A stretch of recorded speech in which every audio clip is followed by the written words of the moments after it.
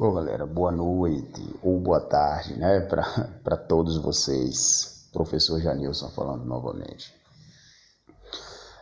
Como eu parei na outra videoaula, né, falando sobre termos de relação, né, cefálico, caudal, proximal, distal, né, nós vamos dar um pouco de continuidade aqui do que eu estava falando, depois adentrar em outros termos aí como formação de imagem, enfim, né, e falar um pouco aqui também com vocês sobre um termo descritivo da curvatura da coluna, ou seja, toda a nossa coluna, toda a coluna de todo ser humano tem suas próprias curvaturas naturais. Elas são dadas o nome de lordose, cifose, tá? Essas são curvaturas que toda a coluna tem e ela só é anormal, ela é criada uma patologia quando ela aumenta a curvatura de tamanho. Na curvatura, na lordose, é uma curvatura que ela se curva anteriormente ao corpo, né, do paciente. Ela se curva anteriormente ao corpo do indivíduo, se curvando para frente. A pessoa fica, a parte do quadril, da cintura, um pouco mais, a barriga voltada para frente, né, e a parte de trás um pouco mais, né, arqueada para trás. Então, quando notamos um grau elevado nessa curvatura que fica na coluna lombar, nós damos nome de lordose acentuada ou uma hiperlordose, né, que é o aumento dessa curvatura da coluna lombar, que ela é denominada lordose. Toda a coluna tem essa curvatura, que é denominada lordose. Porém, as que têm uma patologia associada à lordose, ela tem a curvatura maior. Sente dor, normalmente sente dor, né, constantes aí na coluna e limita alguns movimentos. Quando essa curvatura ela não é anormal, não é uma curvatura patológica, como a gente fala, não sente dor, é também dado o nome de lordose. Porém, quando associada à patologia, a gente chamamos de lordose acentuada ou hiperlordose, que causa aí essas dores e esses desconforto aí na coluna lombar, ok, galera? Então, para frisar, o nome lordose, toda curvatura tem toda coluna, tem essa curvatura com o nome de lordose. Porém, cabe ela ser patológica ou não, se ela tiver uma hiperlordose ou uma lordose acentuada que cause bastante dor e incômodo, né, na paciente, ok? Mas a coluna lombar por si só, já por ela mesma, tem a curvatura de lordose, certo? Tem a curvatura que chama de lordose naturalmente, ok? É porque esse nome lordose, vocês devem ter ouvido, né, escutado muitas vezes, com a pessoa dizendo assim, o meu médico falou que eu estava com lordose, que eu estou com lordose. Sim, muitos médicos falam leigamente, né, grosseiramente falando lordose, porque eles não vão envolver termos técnicos para uma pessoa que é leiga, que não entende, né, da terminologia, né, da questão técnica, né, do procedimento e da anatomia humana. Mas como nós estamos lidando, né, com profissionais, futuramente profissionais, vocês e formados aí, temos que lidar um pouco mais com termos técnicos, ok? Assim também temos na coluna a questão da cifose. A cifose, galera, acontece sempre na coluna dorsal. vocês vão ouvir sempre esses dois nomes, dorsal e torácica, dorsal e torácica. Gente, dorsal e torácica é a mesma coluna, é a mesma estrutura. Porém, muitos falam coluna dorsal, outros falam coluna torácica, mas é a mesma estrutura, a mesma coluna, a mesma localização, a mesma quantidade de vértebras. Ok, gente? Então, sempre que eu ouvir falar o nome dorsal ou torácica, é a mesma coluna, é a mesma estrutura, é a mesma, né, o mesmo membro, né, propriamente dito. Então, vocês podem ouvir um colega de vocês falar, coluna dorsal, coluna dorsal. Daí em diante, vocês podem ouvir falar coluna torácica, coluna torácica. Então, é a mesma estrutura, é a mesma coisa, certo? Coluna torácica e coluna dorsal é a mesma coluna, certo? Dito esses termos da coluna aí, a coluna cervical é que não tem, né, uma curvatura mais acentuada para dar-se nome a ela, porque ela tem dois movimentos aí que é peculiares dela, ou tanto pode deixar ela um pouco reta, baixando a cabeça para frente, né, como também pode deixar ela um pouco, né, curva, né, quando você coloca a cabeça para trás, enfim. Então não tem aí um nome para, né, se dar aí a coluna cervical. Ok? Mas sempre esses dois nomes vai estar associado aí sempre a coluna dorsal e a torácica, certo? A coluna lombar e a coluna torácica ou dorsal, certo? Ou seja, cifose, vocês associam sempre a coluna dorsal ou torácica. Lordose, associa sempre a coluna lombar, beleza? Galera, a coluna lombar é uma estrutura praticamente que sempre unida de cima da parte do crânio até a base embaixo da articulação da coxa, da articulação aí do quadril com a coxa, ou seja, ela compreende 7 vértebras cervicais, né, 12 vértebras torácicas ou dorsais e 5 vértebras lombares, 5 vértebras sacrais. Só que as vértebras sacrais, elas são fundidas, ou seja, elas são unidas, grudadas. E já a coluna lombar, a dorsal e a cervical, ela tem os discos esponjosos no meio, que dá essa flexibilidade ao nosso corpo, né? E faz com que amorteça alguns impactos aí que a gente tem ao pular de alguma coisa, ao correr, né? A coluna dá uma amortecida aí com esses discos esponjosos. Ok, galera? Bom, gente, então é o seguinte, o local, um dos nomes,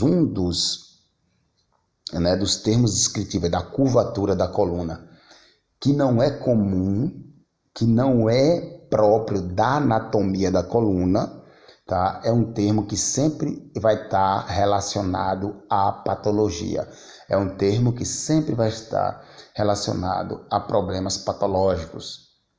É o nome escoliose, é o termo escoliose. Quando vocês ouvirem falar desse termo, escoliose, prestem bem atenção que sempre vai estar associado a uma patologia. Nenhuma coluna, ela sã, ela bem, estruturalmente bem, ela não tem escoliose. Ela só tem escoliose se ela tiver um problema patológico, certo? Um problema de doença, né? Grosseiramente falando aí. Entendeu, gente? Então a escoliose é uma curvatura voltada para o lado, não é para frente nem para trás. A cifose é voltado posteriormente para trás, ou seja, a pessoa fica meio corcundo, né? É a cifose. A lordose, a pessoa fica meio para frente, né? A barriga proeminente para frente, uma curvatura anterior bem acentuada, bem elevada. Já a escoliose, ela não tem na coluna como curvatura normal, como seja da estrutura da coluna, não, é sempre associada a uma patologia. Porque a coluna, gente, ela não desvia lateralmente. Se ela desviar lateralmente é porque ela tem escoliose e é uma coisa patológica. E outra, causa muitas dores, muitas limitações, muitos movimentos, falta de perca de agilidade nos movimentos, né? Então, a escoliose tem essa peculiaridade diferente da lordose e da cifose, né? Que sempre é associada à patologia e causa muita dor. A escoliose, para vocês se situarem mais, identificarem melhor, ela fica em forma de S. A coluna fica torta, assim, em forma de um S, né? Ela se dá geralmente aí no nível da coluna lombar para dorsal, ou seja, é que a gente chama na transição, né, da coluna lombar para dorsal, ou seja, na vértebra L1 e na vértebra T12, né? Então, nessa junção aí, no começo da L1, que é a primeira vértebra lombar, que diga, e no final da coluna dorsal, que é a T12, que é a última vértebra dorsal. Então, nesse nível sempre acontece de ter a escoliose. Muitas vezes ela sempre nasce um pouco mais abaixo, ali na L2, mais ou menos, na coluna lombar. Mas, naturalmente, ela é bem desenvolvida na transição aí da coluna lombar com uma coluna dorsal. Ok? Então, sempre essa transição aí não é normal, sempre é patológico, causa dor, incômodo, tá, gente? E é muito desagradável, ok?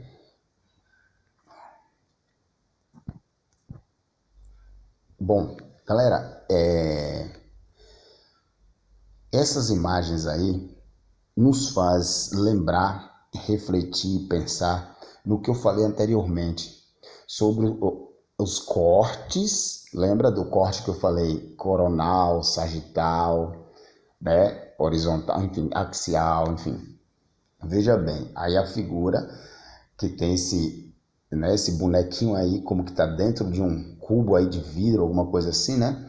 Aí tá demonstrando os cortes, as linhas dos cortes, né? Ou seja, o corte aí que divide, né? Você olhando ele de frente aí, divide ele em parte direita e esquerda, como eu falei, né? O corte sagital, né? Que divide o cara do lado de direito e lado esquerdo. Logo depois vocês notam que essa faixa aí mais em azul, um azulzinho mais claro e tudo, ou é um lilás, né? Alguma coisa assim, ela é o corte, né? Como eu falei para vocês, que divide, né, a pessoa em parte anterior e parte posterior, ou seja, parte da frente e parte de trás, né? Nós temos o nome aí de corte coronal, né? E também logo depois aí essa linha, esse quadrado, cortando ele na linha da cintura, gente. Aí, ó, vocês notam que isso aí é que a gente chama de o corte transversal, né? Ou horizontal, que divide a pessoa em porções, porção distal e porção proximal, né? Ou seja, porção da parte da cabeça ali do tórax e porção da parte da perna, né? Do joelho, enfim. Então, aí está uma demonstraçãozinha dos cortes, como eu tinha falado para vocês anteriormente, né? Na outra aula. E logo ao lado tem esse esqueletinho nosso aí, ó, com os termos que eu falei para vocês, de proximal, distal, enfim. Se vocês notarem bem, prestarem bem atenção nessas setas, ele indica muito bem o que é proximal, o que é distal, aí com essas setas. Como eu tinha falado anteriormente, o termo proximal, olha só a setinha, sempre indicando para cima, para o lado da cabeça. Então, tudo que está voltado para o lado do cérebro, do crânio, da cabeça, é proximal. Tudo que está voltado para a estrutura, o lado do pé, é distal. Então, essas duas setas aí estão mostrando muito bem o que é distal e o que é proximal. Ok? Então, você nota aí a setinha mostrando proximal, mostra o lado da cabeça, e distal mostra o lado do pé. Tranquilo? Então, cada membro, pessoal, tem a sua parte distal e a parte proximal. Todos os membros do nosso corpo têm uma parte distal e outra proximal. Ok? logo embaixo aí vocês notam tem uns bonequinhos deitados, né? É o que eu tinha falado anteriormente sobre decúbito dorsal, decúbito ventral, né? E tem outro do ladinho aí que chama-se decúbito lateral, ou seja, deitado de lado, né? Então, logo o primeiro de cima vocês notam, né? Que tem, ó, decúbito dorsal, ou seja, o boneco está deitado de barriguinha para cima, né? Tudo beleza aí. Decúbito ventral, ele está deitado de barriguinha para baixo, né? Então, como eu falei anteriormente, claro que no nosso termo técnico, como profissionais, nós não vamos falar deitado de barriga para cima. Nós não vamos falar dessa maneira. Nós devemos falar de forma técnica, ou seja, ele está deitado em decúbito dorsal. Se o boneco estiver deitado ou o paciente estiver deitado de barriga para baixo, nós não podemos dizer que ele está deitado de barriga para baixo. Nós vamos dizer que ele está deitado em decúbito ventral. Agora, quando nos relacionamos a pessoas de fora, pessoas leigas, né, que não têm o conhecimento técnico que nós temos, aí nós sim, nós podemos nos relacionar e falar em deitado de barriga para baixo ou barriga para cima, né, que é a forma leiga. Mas nós, técnicos, não podemos. Devemos dizer sempre decúbito dorsal, decúbito ventral. Certo? E ao lado aí tem um bonequinho deitado de lado, que chama-se decúbito lateral. Ok? Então, vocês notem bem aí a posição, né? Que isso aí é muito bom aí para o aprendizado aí, para a questão de realização do exame. Ok, galera? Bom, galera, aí mais à frente um pouquinho, nós podemos falar um pouco sobre formação de imagem, né? Vou falar um pouco para vocês aí sobre essa joia aí da radiologia, né, que é a formação de imagem aí, é uma coisa bacana aí para a radiologia, né, e de um aprendizado muito valioso aí para nós técnicos, certo? Olha só, na formação da imagem, precisamos de componentes específicos, além do processamento físico da produção de raio-x que acontece dentro da ampola, ou seja, como eu falei para vocês, além daquele processamento físico de aceleração de elétrons em direção ao alvo, ao anodo, e voltou e direcionou o paciente para fazer o exame, além disso, precisamos também de outros componentes, certo? Então, na formação da imagem, não se dá apenas, né, com esse acontecimento aí, essa produção de raios-x que acontece dentro da ampola, correto? Então, logo aí embaixo vocês veem aí que fala de forma do sistema, na verdade, né? Sistema convencional são os componentes que nós precisamos no sistema convencional para formação da imagem. Precisamos de chassi, ecrã, filme e químicos, certo? No processo convencional, nós temos que ter um chassi, certo? Chassi é aquela placa, placa que o filme vai dentro, você coloca em cima da mesa para o cliente, né, colocar a estrutura, o membro a ser estudado em cima, né? Nós precisamos do ecrã. O ecrã é uma parte que está dentro do chassi, certo? E precisamos do filme, claro, para fixar a imagem, para revelar e ter aquela imagem, né, guardada em um filme. E por último, o químico que faz parte do processamento de revelação, ou seja, o processamento de imagem, você ver a imagem, precisa do químico. Não tem como você fazer apenas a imagem, disparar o raio tudo direitinho, fazer tudo certinho e não ter o químico no sistema convencional, viu, galera? No convencional. Porque o químico é que vai fazer a revelação daquela imagem, certo? Seja a revelação automática ou manual, né? Que no convencional tem essas duas modalidades aí, automático ou manual. Mas enfim, todas as duas vai necessitar do químico, ok? Logo embaixo, vejamos aí que temos o sistema digital, né?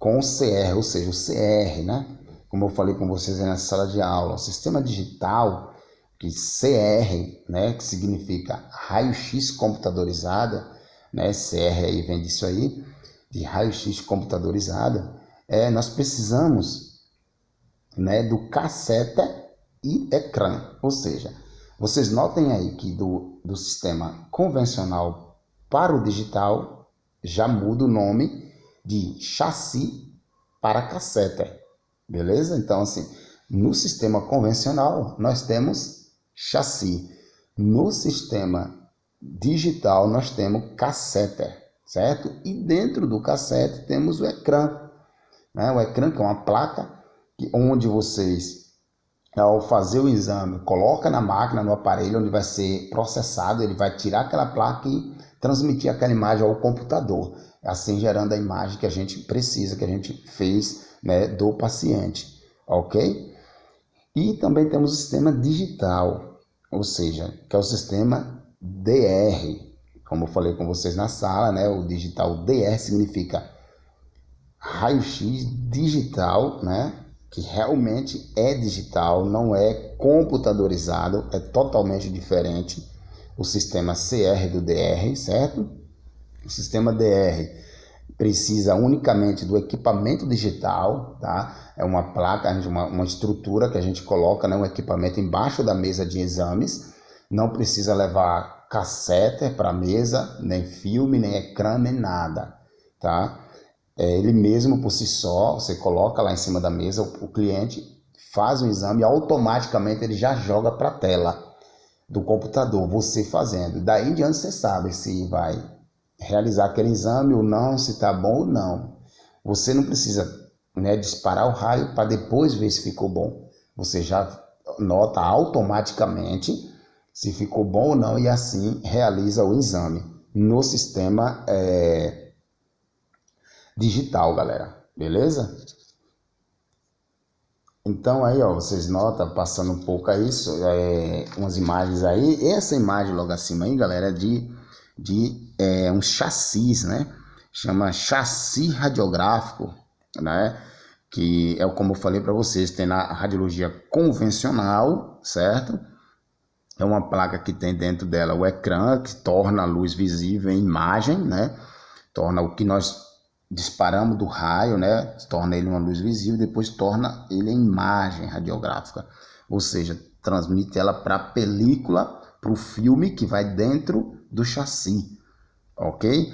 Então, comumente aí, né? Comumente é usado na radiologia convencional, né? Alguns tamanhos de chassi, né? Então, os chassis aí que são comumente usados aí, esses aí, né? O 13 por 18, o 18 por 24, o 15 por 40, o 24 por 30, 30 por 40, 35 por 35 e o 35 por 43, beleza? Ou seja, tem lugares que dificilmente vocês vão encontrar, se um dia vocês for trabalhar nos centros aí convencionais, vocês dificilmente vão encontrar o 13 por 18, certo? E o 15 por 40. Eles existem sim, tem na radiologia convencional, mas muitos centros, muitos lugares não disponibilizam desse chassi. Onde eles disponibilizam mais é sempre o 18 por 24, o 24 por 30, o 35 por 43, o 35 por 35 ou 30 por 40. Beleza? Então, fica a dica aí, se vocês chegarem em algum local, algum lugar, algum dia, até mesmo para fazer o estágio, e lembrar, poxa, o professor falou que tinha o 13 por 18, ou 15 por 40, né, ou 30 por 40, e vocês não encontrarem, é porque o centro lá não disponibiliza daquele chassi, mas ele existe, ele tem, ok, galera? Então, muitos lugares disponibilizam mais os tamanhos de 24 por 30, 18 por 24, o 35 por 35 e o 35 por 43, né? Porque cada um aí tem uma estrutura a ser radiografada e cada um do tamanho deles corresponde ao tamanho de uma estrutura a ser radiografada, certo? Então, né, cada um aí, né, tem seu objetivo, né, e sua como a gente podemos dizer, né, seu propósito aí na radiologia, que é para estudar determinada área, determinada parte do corpo, né? Como, por exemplo, se você for fazer um tórax de uma pessoa adulta, né, uma pessoa, né, acima dos seus 15 anos, você não vai usar um filme 24x30 e nem um 18x24. E muito menos o 15x40, porque ele não vai sair o tórax. Sempre vai cortar alguma parte. Então, você sempre vai usar aí o 35x35 ou 35x43. Certo? Então, isso vale e se dá para outras estruturas do corpo. Né? Que você pode estar fazendo aí um tornozelo, você vai utilizar o 18x24. Né? Você está fazendo um joelho, você utiliza o 18x24. Um punho, se você fizer um punho, você utiliza o 13x18. Não tendo o 13x18, utiliza o 18x24. Beleza, galera? Mas cada chassi sempre no tamanho da estrutura a ser radiografada, certo? A ser examinada, tá bom? Galera, por hoje é só. Depois a gente dá uma continuidade aí, né?